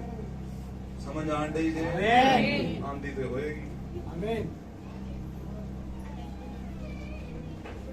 तो रूह कुद्स यही है भाई, और की हुंदा है ना, अपनी अपनी साइंस लांदे ने। सेल्फ टॉकिंग है, मतलब अपने नाल ही गल्लां, अरे भी ठीक है, तू ठीक है ते तेरे तू ही सही है, उत्ते और कोई नहीं सही। तो सेल्फ टॉकिंग में वो कहता होगा, पतरस बस हो गया यार, 20 दिन थोड़े होंगे ना यार, तुम मतलब समझ रहे हैं। इतने दिनों से उसने ये थोड़ी कहा था कि 10 दिन बाद, 5 दिन बाद, 6 दिन, उसने कहा था कुछ ही दिनों के बाद। अब कुछ ही दिन 50 हो जाएंगे भाई, गल समझे हो? या कुछ ही दिन के बीच में कितने दिन का नहीं रेशो बताया, कोई टारगेट लाइन नहीं दी, टाइम बार्ड नहीं दिया। समझ आ रही है तो बोलो आमीन। साथ रहेंगे तो बरकत मिलेगी। मैं खत्म करने के चक्कर में हूं, बस क्लाइमेक्स पे पहुंच गया हूं मैं। तो अभी तो बिल्कुल आखिरी एक रह गया ना, मैं का रह गया सिर्फ, है ना। गईयों का हो गया, जौ का हो गया, तेल का हो गया ना, तेल का लगे। और दूसरा क्या है, मैं का रह गया। ओके, तो क्या उसने टाइम का तयन किए बगैर, बीच में बड़े लोगों ने कहा होगा, लेकिन पतरस चूंकि वो लीडर था, उसी को अप्रोच करते थे सारे। पतरस ने कहा नहीं, वो जो रूह का आना है वो फर्क होगा, हमें कुछ दिखाएगा हमें। ऐसा नहीं कि हमारा चर्च गैर जुबानें बड़ी बोलता है भाई, हम तो दुआ ही गैर जुबान में करते हैं और हमें कोई दुआ आती नहीं, आनी भी नहीं। लिख के ले लो मेरे से, क्योंकि जो तुम कहते हो तुम खुद ही समझ नहीं आ रही, तो दूसरे को क्या आएगी भाई, है ना। इस पे बात नहीं करूंगा, ये बात आगे बढ़ जाएगी। आगे चलते हैं। 50 गीत गाया, रूह कुद्स आ गया। यही होता है रूह कुद्स, और क्या होता है? रूह कुद्स को बुला रहा है, रूहे पाक हम बुला, है ना, तुझे अपने। तो कहते ठीक है बुला रहे हैं, वेरी गुड, सही हो गया, पर ऐसे नहीं आऊंगा। पिछली बार भी तुम यही कह रहे थे, हर रोज यही कहते हो, हैं? ऐसे नहीं आता भाई। जब तुमने ये गाया था तो उसके बाद में आया था वैसे, इसके जरिए से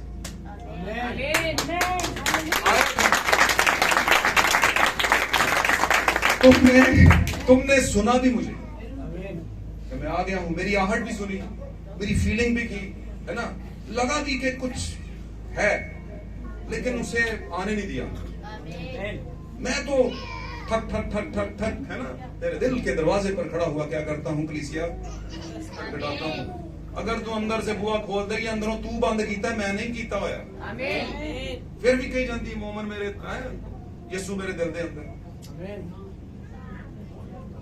बड़े प्यारे लफ्ज थे, आज गीत में गाए गए। सुन ले बात को, बड़ी चंगी गल है। बड़े प्यारे लफ्ज थे, मुझे बड़ी बरकत मिलती है उनसे कि यीशु से मोहब्बत वाला वो गीत गा रहे थे। कौन सा गीत गा रहे थे? शुरू में दूसरे नंबर का गीत था, यीशु के साथ मोहब्बत का गीत, कि मैं तेरे नाल ही मोहब्बत करना, तेरे साथ ही मोहब्बत कर ज़बूर था। ये गीत था, बड़ा मशहूर गीत, आपने कहा, मुझे लफ्ज़ उसके हो क्या नहीं हो, कोई बात नहीं, हो जाता है। तो यीशु से मोहब्बत का दावा बहुत से लोग करते हैं, लेकिन उनके पास, और जो दावा भरते हैं उनके पास इख्तियार हो सकता है, उनके पास इख्तियार हो सकता है, उनके पास बहुत सी और नेमतें हो सकती हैं, और वो उन नेमतों को बरूएकार लाकर अपने आप को फेम में भी ला सकते हैं, मतलब मशहूर भी हो सकते हैं, और लोग आजकल ऐसा कर रहे हैं। आमीन। ये रूल कुद्स है जो इख्तियार देता है। एक इख्तियार मिला 82 लोगों को, वो गए 2-2 करके, ऑर्डर ले लिया, चले गए। इख्तियार किसने दिया? कदूस ने। कदूस ने कैसे इख्तियार दिया? कदूस का रूह दिया। कदूस का रूह दिया, कदूस का रूह उनके साथ था। आमीन। यीशु ने कहा मैं जाता हूं और तुम्हारे लिए दूसरा मददगार आएगा, पहले वो तुम्हारे कदूस का रूह पहले क्या था? तुम्हारे, फिर वो तुम्हारे 120 की जमात को तुम्हारे अंदर होगा। खुदावंद का नाम मुबारक हो, खुदावंद के नाम को जलाल मिले। मेरे अजीजों, पोर्शन 1-2 के अंदर आप देखते हैं 82 लोग हैं, इख्तियार है, नेमते हैं, दुआ करते हैं, बदरुएं छोड़ जाती है, यीशु के नाम में निकल जा, यीशु के नाम में ये हो जाए, वो हो जाए, वो होता है। वापस लौटे, अपने लीडर को खबर देने आए, खुदावंद हम बड़े खुश हैं, बदरुएं हमारा कहा मानती हैं। उसने कहा मत खुश हो, इस बात से खुश मत हो कि तुम्हारे कहा बदरुएं मानती हैं, कदूस का रूह तुम्हारे साथ है, इस बात से इतना खुश होने की जरूरत है, बल्कि इस बात से खुश हो कि तुम्हारे नाम स्टेप 1 के अंदर तुम्हारे नाम लिखे गए, किताबे हयात के अंदर तुम्हारे नाम लिखे गए। हालेलुया। क्योंकि खुदावंद को पता था कि स्टेप 2 के अंदर जो होगा वो हर चीज से बढ़कर होगा। आमीन। अभी मैंने स्टेप 3 की बात नहीं की। स्टेप 1 के अंदर इख्तियार है रूह को निकालने का, स्टेप 2 के अंदर रूह कुद्स का खुद बजाते खुद उतर आना। आमीन। और कलाम के मुकाशफात का खुलना। वो बातें जो खुदावंद ने कही उनका मतलब क्या है? असली बपतिस्मे की लाइन नहीं, बल्कि लाइन का मतलब क्या है? असली बपतिस्मा वो है जो मुकाशफाती बपतिस्मा है, जिसका मतलब है। आमीन। और स्टेप 3 में कुछ खास होने जा रहा है हमारे दौर के अंदर। 120 की जमात में खास क्या हुआ? रूह कुद्स उतरा, और फिर उन्होंने उस रूह कुद्स के नीचे रहकर, इख्तियार के नीचे रहकर खिदमत की। और स्टेप 3 के अंदर वही इख्तियार आ रहा है, लेकिन ये इख्तियार पूरा कब होगा? जब रैप्चर हो जाएगा। कलीसिया यानी दुल्हन, कलीसियाओं में से निकालकर खुदावंद अपना बीज यानी अपनी दुल्हन को आसमानों में बिहाइंड द कर्टन ले जाएगा, पर्दा के उस पार, दुनिया के कायनात के पर्दे से दूसरी तरफ, जहां पर अब्दियत है, एटर्निटी है, इटर्निटी। आमीन। आमीन। तेल पर बहुत कुछ बोला जा सकता है रूह कुद्स पर, लेकिन मैं चाहता हूं शॉर्ट कर देता हूं बस। उसके बाद मैं की बात है जिसको अंग्रेजी जुबान में वाइन कहा गया है। वाइन का लफ्ज जो है, इस पर अगर गौर करें तो वाइन अंगूर की बेल को कहते हैं, और अगर अंगूर की बेल को कहते हैं तो मतलब अंगूर ही जो फल है वही वाइन है, वही मैं है, वहीं से मैं निकलती है। मैं का मतलब अंगूर का खालिस्तन जो रस है। हालेलुया। अंगूर के रस के अंदर बड़ी खास बात है, वो आपके खून को जोश देता है, आपके जो जिस्म के अंदर जो ब्लड सर्कुलेट कर रहे हैं आपकी वेन्स के अंदर, आमीन, उनमें नई जिंदगी के खुलिये पैदा करना, खून के खुलिये नए पैदा करने की ताकत उसमें होती है, जो असल में अंगूर का रस होता है, असल में। और दूसरी बात खास, वो आपको पीने से मदहोशी में लेकर जाता है। यानी आप एक ऐसी हालत में चले जाते हैं जो कि एक हवाले से वो ऐसी हालत है जब आप दुनिया से ओझल होकर किसी और हालात में चले जाते हैं। यानी आपको फील नहीं होता कि दुनिया में क्या हो रहा है। आमतौर पर मैं जैसे बताऊं कि मदहोशी, नशा और चीज है। नशा और मदहोशी में 2 खास फर्क है। मदहोशी जो है उसको जब ऐसे हिलाएंगे तो वो होश में रहेगा, उसे समझ होगी, अक्ल होगी, पूरा होगा, लेकिन एक चीज का गलबा है उसके ऊपर, और वो क्या है? मैं का गलबा है। और मैं का गलबा उसे नींद की हालत में कह सकते हैं, मदहोशी की हालत में लेकर जाएगा।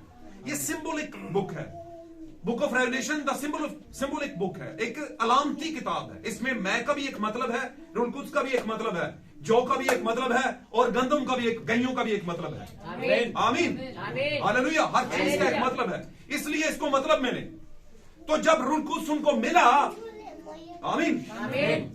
तो एक भाई ब्रानम कहते हैं ये जो मैं है बेसिकली वो उस इख्तियार यानी रूह कुदस के बाद जो चीज आती है वो मुकाशफाती तहरीक है, जो आपको लेफ्ट राइट की चीजों से मदहोश करके मुकाशफा पर कंसंट्रेट करवाती है, मुकाशफा पर ध्यान देती है। ये मुकाशफा इलाही मुकाशफा होता है और ये आपको उस तहरीक के जरिए से मिलता है जो मैं के जरिए आती है, यानी मुकाशफा। खुदा का मुकाशफा आपके लिए एक तहरीक का मतलब एक बेदारी लेकर आता है। आप बोले कि यार मैं पीने से बेदारी तो नहीं आती, मैं पीने से तो नींद में जाता है बंदा, क्या ख्याल? तो मुझे बताइए, जब यीशु पर नींद का गलबा आया था, मदहोशी का गलबा कब आया था? जब वो जख्मों से चूर था सलीब के ऊपर, था के नहीं? चूर था ना, तो मदहोशी के आलम में था और मदहोशी की हालत में एक रोमी सिपाही ने रोमी नेजा मारा उसकी पसली के बीच में और वहां से खून और पानी बह निकला। आमीन।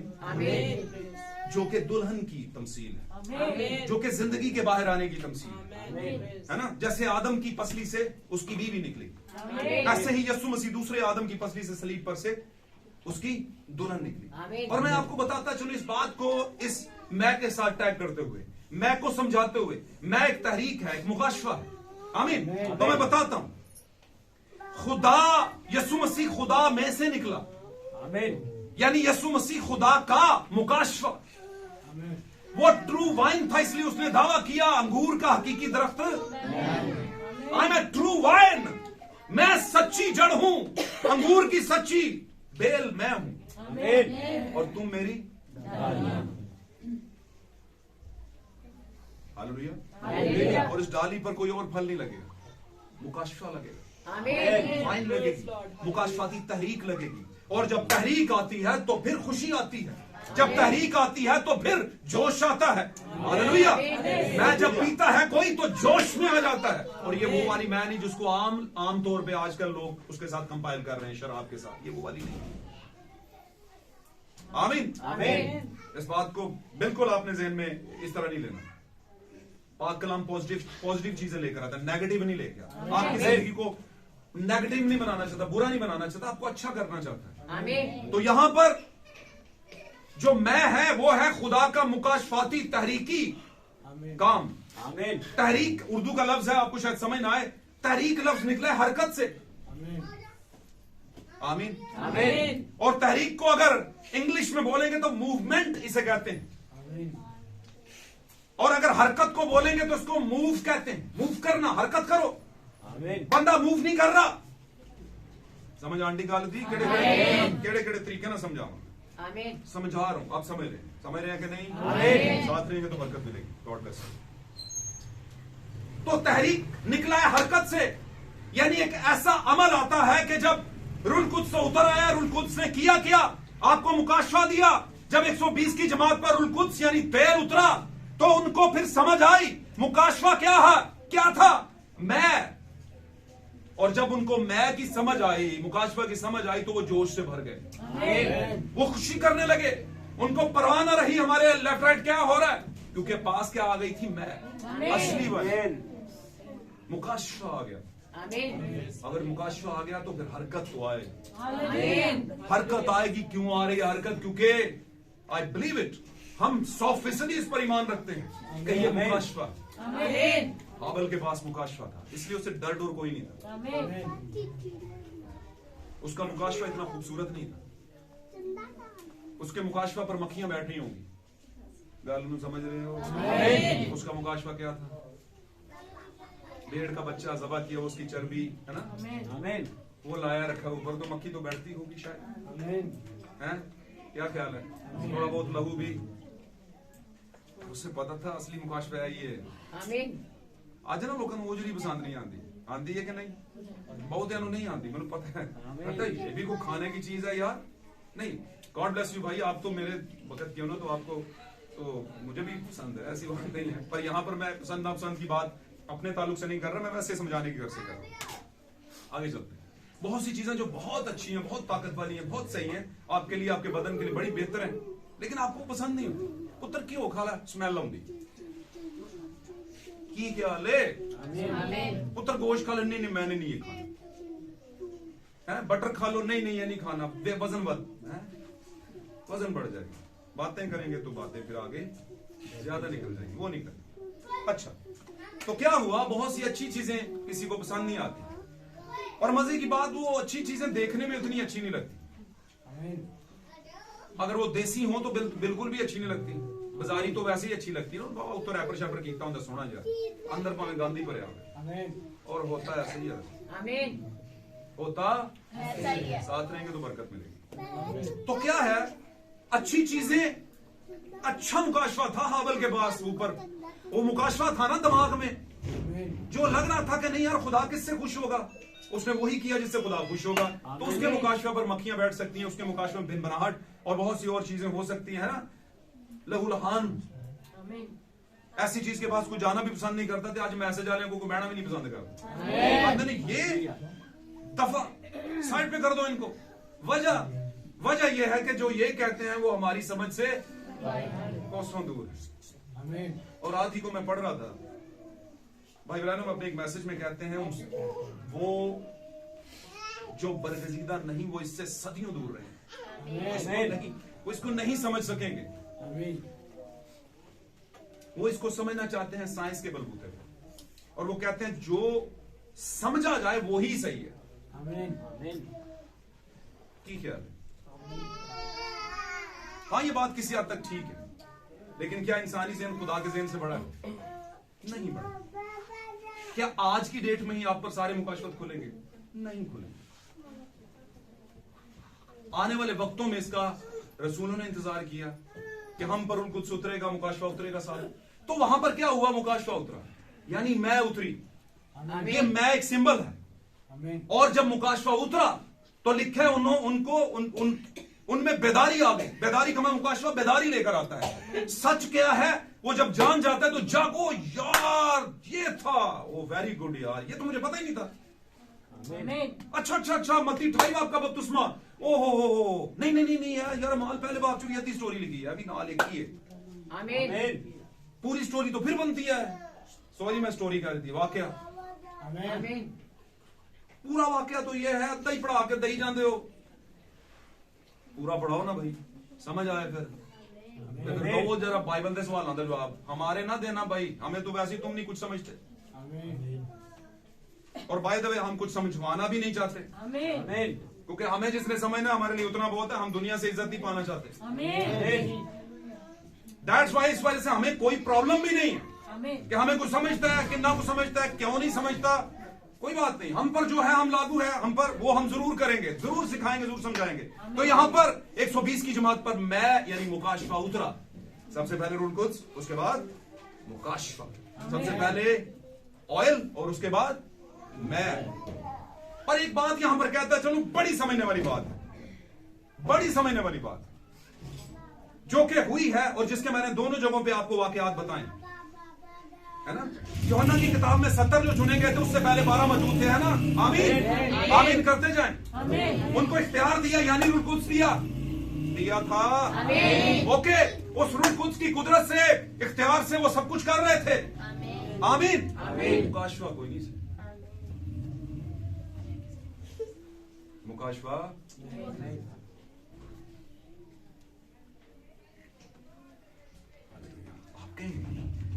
करते पे हो, रूह कुद्स मिलिया सी उत्थे, चलो 70 ਨੂੰ 82 ਨੂੰ मिलिया, 82 ਦੇ ਵਿੱਚੋਂ 12 भी मौजूद सन।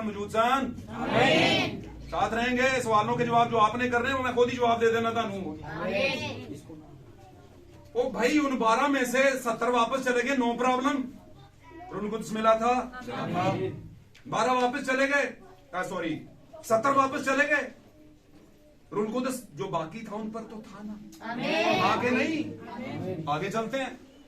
फिर कुछ दिनों के बाद एक और था बीच में जिसको खुदावंद ने कहा तुम में एक क्या है, शैतान है। और वो कौन था, शमौन अस्कर यूती का बेटा यहूदा अस्कर, वो भी निकल गया, पीछे रह गए 11। कितने रह गए, तो रूह कुद्स तो मौजूद था। तो फिर उन्हीं को कह के गया कि कुछ ही दिनों बाद तुम रूह कुद्स पाओगे, तो पहले पुराना हो गया सी, क्यों जी? पहला रूल कुदस पुराना हो गया सी, जरा फिर क्या रूल कुदस पाओगे? क्यों भाई मुश्ताक? नहीं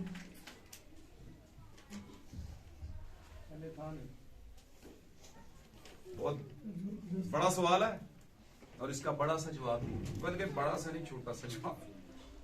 लेकिन छोटा सा राई का दाना छोटा सा होता है, लेकिन जब बढ़ता है तो बड़ी तरकारी, बड़ा दरख्त बनता है, उस पर परिंदे घोंसला करते हैं, है कि नहीं? जवाब तो छोटा सा ही है पर है बहुत बड़ा। अपनी जिंदगी बदल सकता है।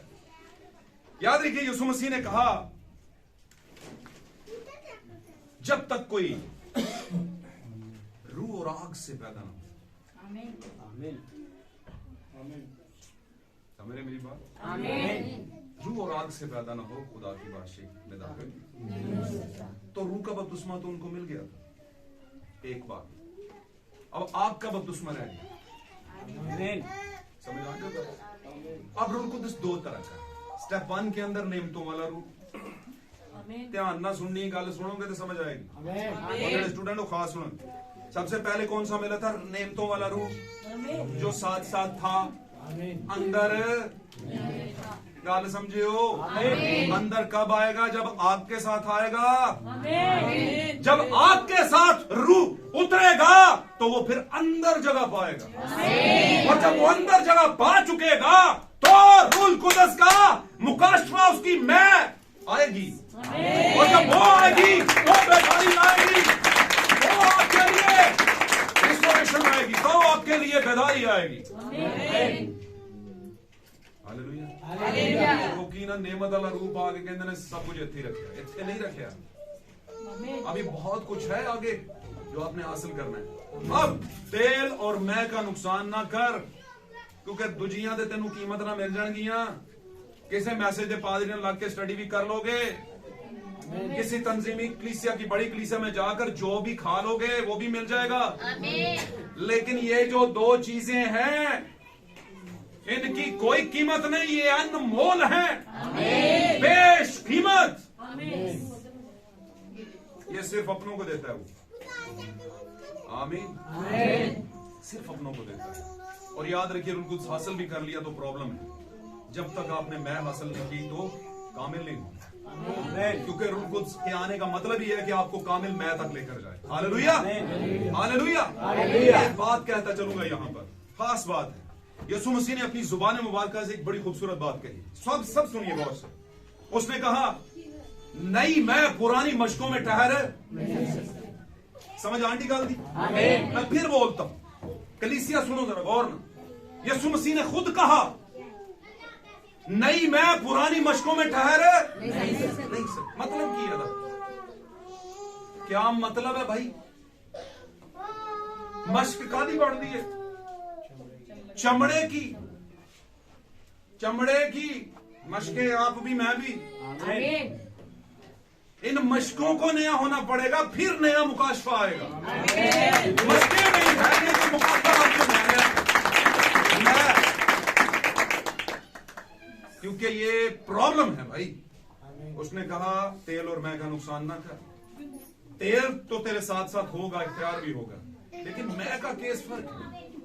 मैं जब तेरे अंदर आएगी, मैं का मतलब वाइल, यानी वो मुकाशफा, वो तहरीक जो खुदावंद की तरफ से होती है, आपका टाइम रेगुलेशन जिसे कहते हैं, आपके वक्त का मुकाशफा, वो जब आएगा, अगर आपकी मशकें, आपका बदन नई पैदाइश याफ्ता ना हुआ तो ये उसमें ठहर नहीं सकेगा, नहीं ठहर सकेगा, बल्कि एक काम करता जाएगा, नुकसान दे देगा आपको बहुत बड़ा। आमीन। क्या नुकसान देगा? क्या लिखा है? हालेलुया। मशकें फट जाएंगी, पुरानी मशकें फट सकती हैं, और फिर वहां पर एक नुकसान हो जाएगा, वो भी लिखा हुआ है। पूरी आयत भी पढ़ें, लिखा है, क्योंकि अगर नई मैं पुरानी मशकों में डालोगे तो मशकें फट जाएंगी और मैं क्या हो जाएगी? बाहर। तो एक ही मैं का नुकसान तेरे चो बहुते लोग जड़े ना, मैं डेफिनेटली कह सकना मैं तो नुकसान कर रहे हैं, मैं का नुकसान कर रहे हैं। हालेलुया। एक ऐसी चीज का नुकसान कर रहे हैं जिसकी कीमत कोई दुनिया का शख्स नहीं लगा सकता, आमीन, क्योंकि ये आम स्टोर से मिलती नहीं। प्रॉब्लम ये है, आमीन, ये ऐसी चीज है जो कीमत से मिलेगी नहीं। आमीन, ना तेल मिलेगा, ना मैं मिलेगी, ना ही रुल-कुद्स मिलेगा, ना ही मुकाशफात मिलेगी। गाल समझ आ रही है तो बोलो आमीन। तो अगर नहीं मिलेगी तो नुकसान क्यों करें जिथों मिल रही है, जहां से मिल रही है। अगर नुकसान कर रहे हो ना तो काका जवाब जरूर देना पड़ेगा, ज़हन च रखियो। उसने कहा अगर गुनाहगार शरीर या गुनाहगार अपने कामों के बायस मारा जाए तो मैं तुझसे नहीं पूछूंगा, लेकिन अगर तूने नहीं बताया तो फिर तुझसे पूछूंगा। आमीन, अगर वो गुनाह करे और तुझसे नहीं बताता तो मैं तेरा एहतसाब करूंगा, तेरी जजमेंट करूंगा पादरी साहब। हालेलुया। लेकिन अगर तूने बता दिया और वो नहीं माना तो फिर मैं उसकी जजमेंट करूंगा। समझ आ रही बात? आमीन। तो बेटा आपके पास बहनों भाइयों, आज का हमारा मौजू था तेल और मैं का नुकसान। आप अपने इर्द गिर्द देखें जितने भी डिनोमिनेशनल्स लोग हैं, मैं इसलिए प्रोमिनेंट करता हूं डिनोमिनेशनल्स को क्योंकि वो मुकाशफाती तालीमात को बिलखसूस जिसका हम दावा भरते हैं उसको नहीं मानते। वो कहते हैं ये चीजें हमारी समझ से बाहर है, हमारी सेमिनरी के फ्रेम में फिट नहीं होती। आमीन। हम कहते हैं नो प्रॉब्लम। पाक कलाम में एक स्लोगन है खुदा के कलाम में पुराने अहदनामे के अंदर, जो नजिस है नजिस तक होता जाए और जो पाक है वो पाक होता जाए, होता जाए। कोई खुदा का नजिस का मतलब है नापाक, नजिस का मतलब है नापाक। कहता है जो नापाक है नापाक होता जाए। और चंगा खुदा है यार तू सानू कह रहे नापाक होता जाए। हाँ मैं कह रहा हूं क्योंकि मुझे पता है आप पाक होने वाले नहीं, क्योंकि मुझे पता है बनाए आलम से पेशतर आप बर्रा की किताब में।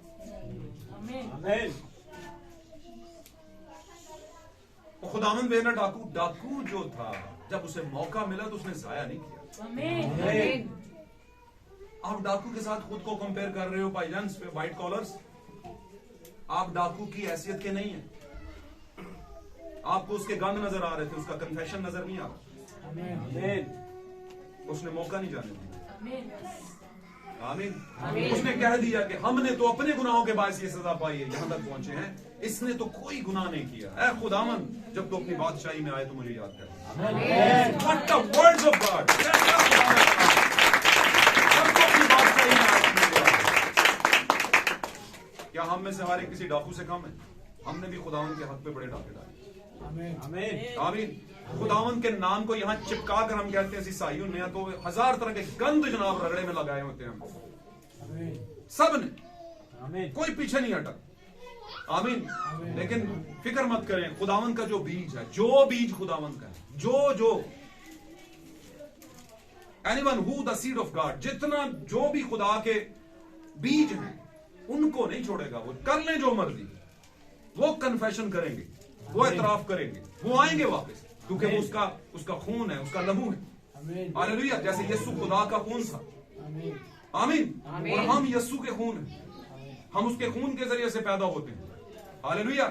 जैसे यीशु खुदा में से निकला उसका मुकाशफा था, वैसे ही उसकी दुल्हन उसका मुकाशफा है। जैसे यीशु खुदा की मैं था, ट्रू वाइन, वैसे ही उसकी डालियां उसमें से निकली हैं, उसकी दुल्हन ट्रू वाइन, सच्ची मैं। और सच्ची मैं सच्चे लोगों में ठहरती है। आमीन। सच्ची मैं सही मशकों में ठहरती है, पुरानी मशकों में नहीं, पुरानी तंजीमी मशकों में नहीं, तंजीमी ख्यालात, तंजीमी स्टाइल, तंजीमी तरीकेकार में नहीं, नेवर नहीं ठहरेंगी।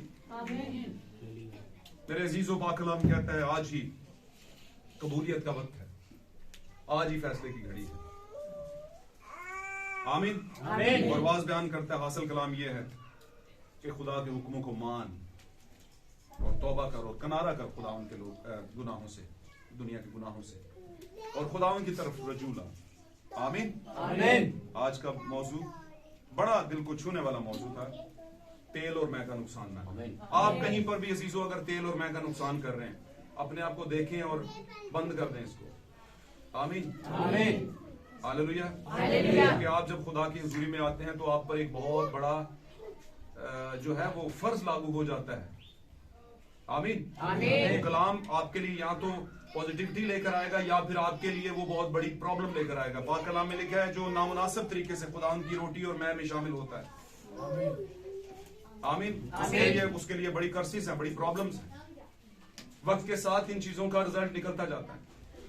हम सब ने अपने आप को जांचना है ताकि खुदा के कलाम के खिलाफ गुनाह ना करें, तेल और मैं का नुकसान ना करें। God bless you.